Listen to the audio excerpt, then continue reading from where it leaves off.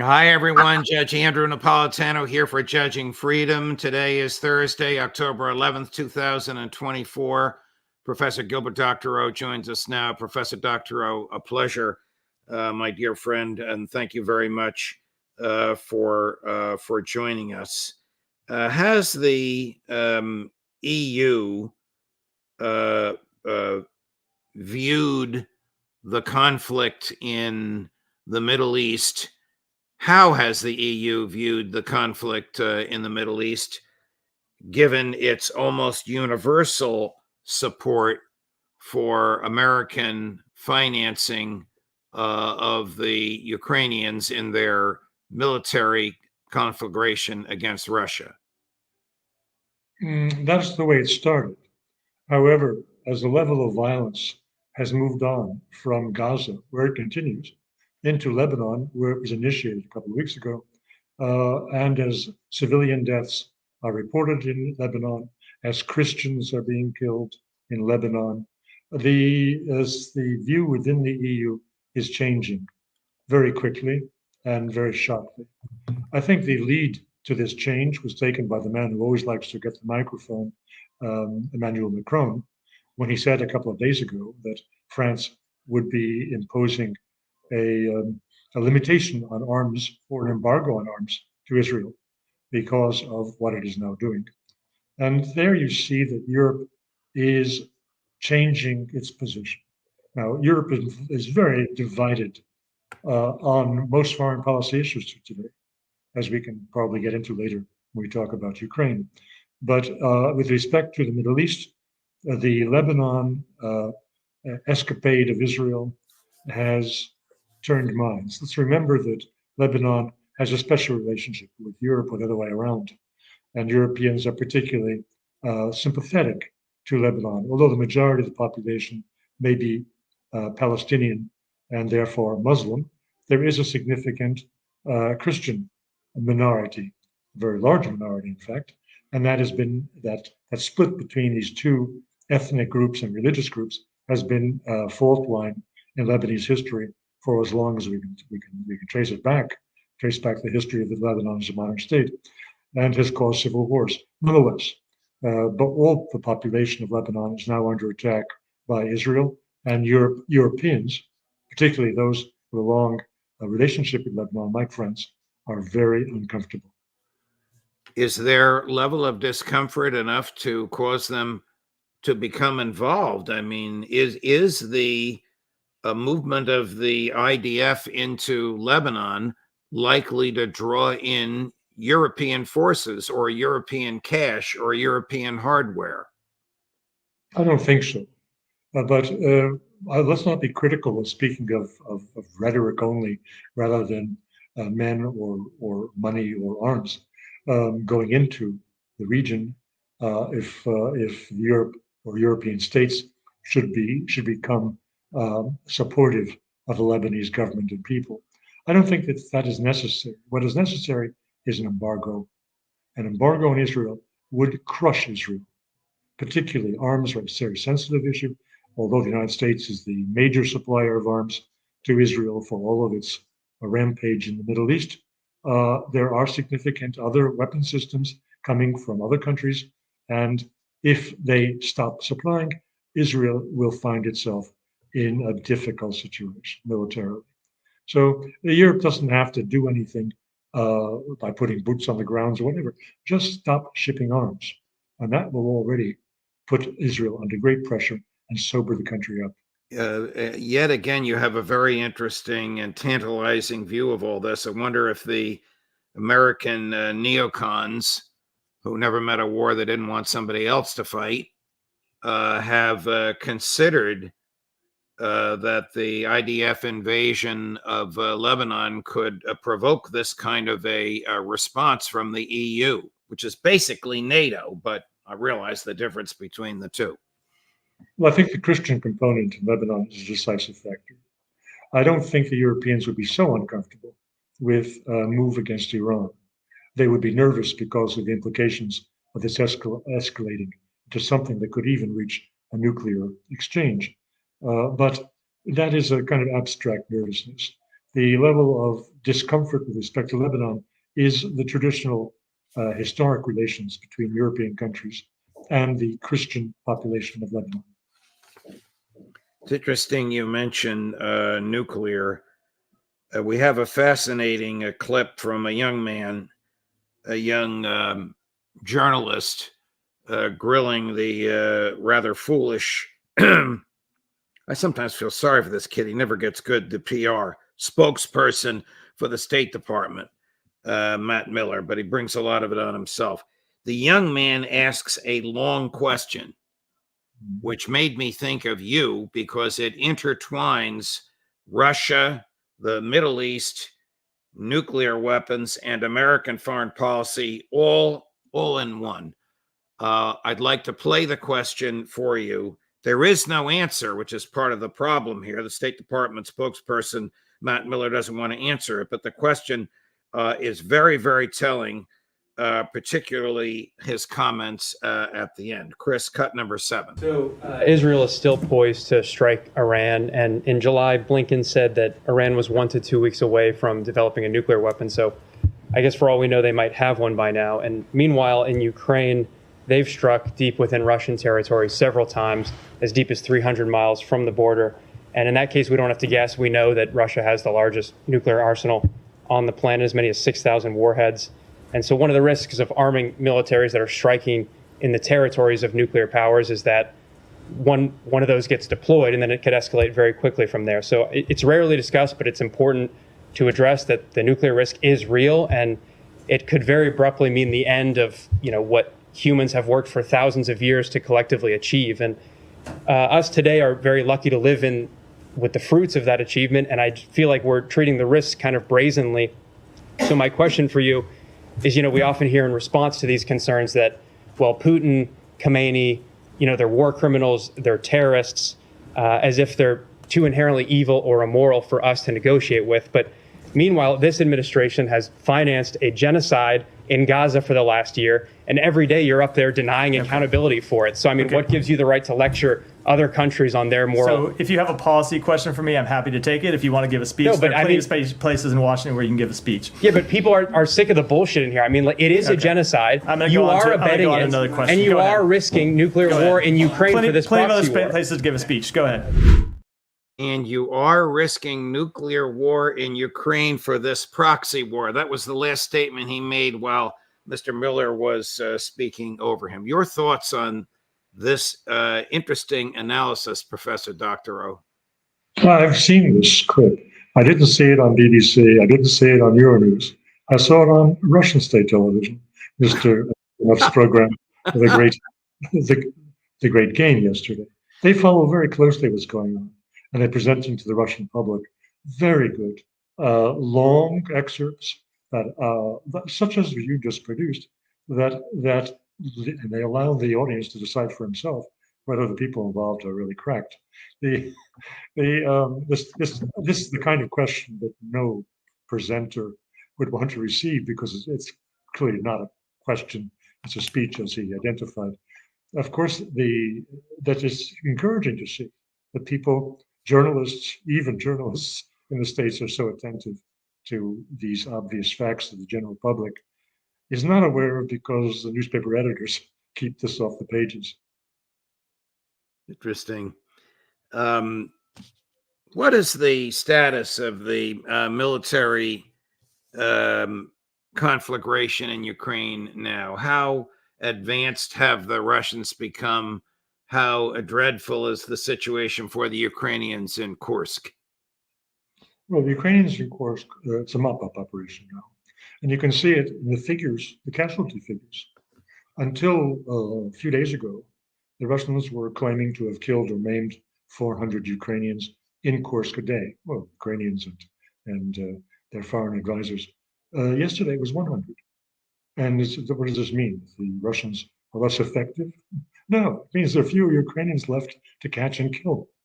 The numbers have gone down. The Times of India, which is following very closely and putting up on the internet every few hours the latest news from Russia or about Russia, it says the Russians have killed 21,000 Ukrainians in Kursk, and 136 tanks were destroyed. So we're speaking about the last days of the Ukrainians in Kursk. It's coming to an end. The Russians, as I said a few days ago, they were very busy sealing off the border, destroying everything on the Ukrainian side of the border, which might be used to infiltrate Kursk and give encouragement and vital supplies to those Ukrainians who are stuck in Kursk. Now they've started moving across the border into their own territory. The Suja, this is the only town, you can call a town, in the Kursk territory that the Ukrainians seized. And they are now approaching that town. This is the town with the pipelines nexus, important for supplying Western Europe with Russian gas flowing through Ukraine. It is now being approached. So this is a mop-up operation that's going on, which is not at all distracted the Russian army from the substantial progress it's making in Donbass, in particularly in Donetsk, approaching the two critical towns. Well, it is Pokrovsk. It will be the last seriously fortified town that the Ukrainians have in Donetsk Oblast. And that is being approached. We know it's less than 5 kilometers from the town that they are now. And once they get past that, it'll be open plains and towns that have great significance, I'd say iconic significance, because they were the redoubts, the last of the Alamo in 2014, when this area of central Donetsk was liberated in the Russian Spring, as they call it, and held out for 80 days in Slavyansk against superior Ukrainian military. These iconic towns will be approached and broached, and then you've got just the Dnieper, which is what the Russians will reach, I suppose, in a month or less. I suppose when Viktor Orban challenged the EU this morning, and I'll be happy to hear your description of it, and then we'll play the clip. He knew as well as anybody in that room that Ukraine is on its last leg and it's time to talk about peace, because with every tick of the clock, more people are dying. What happened earlier today in the European Union Parliament? Well, I think it was yesterday, actually. What happened was that Mr. Orban in Strasbourg, remember the European Union has two capitals, so to speak, where they do all of their preparation of legislative work, the European Parliament, and where the European Commission sits, and where the European Council sits. It's the second head, it's like a hydra, two executive heads of the European institutions, the Commission, which Ursula von der Leyen chairs, and the Council, which is the collection of heads of government in the 27 member states, which has a rotating presidency. And Mr. Orban, for 6 months, from July 1st to December 31st, is the president of the European Council. That is where these leaders meet and try to set policy. The European Commission is supposed to be an implementer.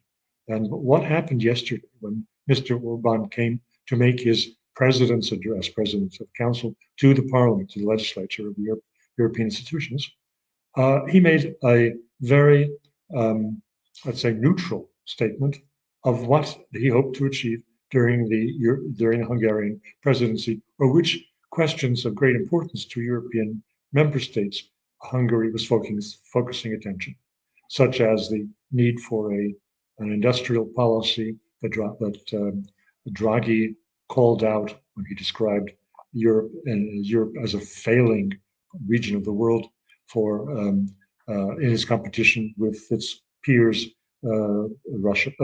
China and the United States. Anyway, Mr. Orban called out the need for various reforms to improve the competitiveness of the European Union. He called out the migration issue as one that is as serious as it was in 2015, and needs to be addressed. Various things like this. They're not very exciting issues, but they are of great importance for the European Union going forward. And that's all. However, his speech was followed by a vicious attack on him personally and on Hungary in general by Ursula von der Leyen and by one or two of her close colleagues in the Commission. And then, as a result of that, Mr. Orban delivered a speech extemporaneously. I note he wasn't reading from notes. And he was as good in producing facts and figures in support of his position as Mr. Putin is, by the way. They don't need souffleur, anyone whispering in their ear. He delivered facts and figures contradicting entirely all the slander, personal and against his country, that von der Leyen and her immediate colleagues delivered attacking him. Starting with the point, which I won't go into all the details, it's available on video, but starting with the point that von der Leyen was doing something that no previous Commission president had dared to do because it's a violation of what the Commission is all about. He said the Commission's mission is to be a protector of the Constitution of the European Union and not a partisan participant in politics. And this is just what she was doing in attacking him and Hungary. She was engaging in partisan politics. And no one had done that before because they were acting under the constitutional definition of their responsibilities. And as everyone knows, this was a contentious issue when von der Leyen was put up again for re-election, but she has vastly exceeded the powers entrusted to the Commission president by its constitution. So there you had it. And then he went on to all the specific issues, particularly as relates to trading with Russia or having Russian workers in his country. Just by way of example, he was denounced. They have denounced the relaxed visa rules that Hungary is introducing for Russians. And von der Leyen, denounced him, Orban, for weakening the security of Hungary and also weakening the security of the whole European Union by letting these Ruskies into his country. And he said, look, we have 7,000 registered Russians with work permits in Hungary. You in Germany have 300,000. France has 60,000. Spain has 100,000. And you dare to denounce us for having any... What happened that resulted in this song singing, this mass singing of an anti-fascist song by the members of the parliament? Well, the leftist members of the parliament, that was precisely called out by Orban later. It's interesting that you mentioned this because there was so little coverage of Orban's presidential speech. In fact, as I have just written, when I turned on the Euro News yesterday morning, and it was about 9:30, and I came on live broadcast of Orban in Strasbourg, it was in Hungarian.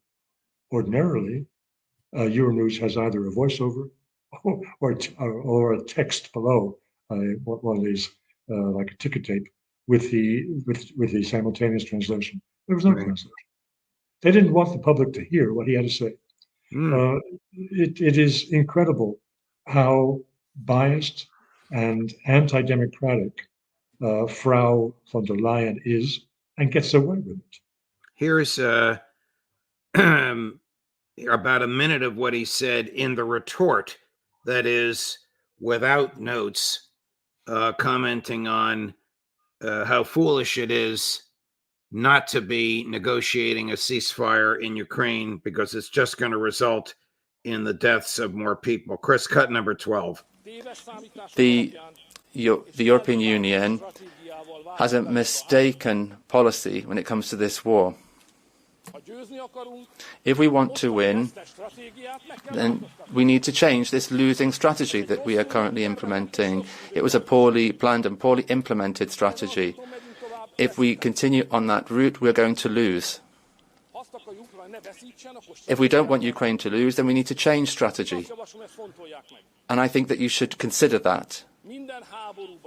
In every war, there needs to be diplomatic work, we need to have communication, direct and indirect contacts. If we don't do that, then we will go even deeper into war, and the situation will be even more desperate. More and more people will die. Hundreds of thousands of people have died. Thousands of people are dying while we're talking here now. And with this strategy, we won't find any solution in the battlefield. So I think we need to stand up for peace. We need to focus on a ceasefire and create a different strategy, because otherwise we will all lose. He's 100% correct. No, not exactly. Just to remember his interview with Tucker Carlson, he made it pretty clear that he's not a stooge of Putin. And behind his proposal for a ceasefire, the Russians will not accept it on his terms. They are not just going to lay down their arms or. No, I understand that, but he's arguing that it is futile to have no communication between the disputing parties and just to be pouring cash and ammunition into Ukraine. That is all very positive. I'd like to just call out that Mr. Orban is probably the most courageous statesman in Europe. He's certainly the most experienced and certainly one of the most intelligent. But courage is his first virtue. Look, the only other person among the leading statesmen in Europe who adopted a similar position is Fico in Slovakia, and he was nearly assassinated. Right. But Mr. Orban has braved assassins, the would-be assassins' bullets. I take my hat off to him. I salute him. The man is magnificent and a voice of courage and morality in our otherwise depraved Europe. Last time you were on, you stirred an academic, intellectual, ideological pot by arguing that, and I'm paraphrasing you. I'm not trying to put words in your mouth, and please feel free to correct me, that just as the United States uses Ukraine as a proxy with which to batter Putin, the United States uses Israel as a proxy with which to batter Arabs, which it's been killing for generations. This, of course, brought a lot of resistance and some acceptance by the highly regarded, I think you regard them highly, colleagues of yours who appear on this show. Do you want to address this any further? I mean, you can say no. I don't think you're going to say no, but you're free to say what you wish. No, my point was not to prove myself right and others wrong. Maybe I'm partially wrong. That isn't the issue. The issue is that if matters like this, questions like this, have to be aired publicly. We in the alternative media are no better than people in the dominant media when it comes to freedom of speech and freedom of opinion. There is the mistaken belief that if we all lock arms, then we will be strong. But if we're locking arms behind mistakes or seriously wrong policies, then we're all weak. It's the notion of an agora for ideas and for public discussion has lost its strength even in the opposition with a capital O, just as has lost its strength in the dominant forces, the major media and government propagandists who don't want to hear divergent or dissonant opinions.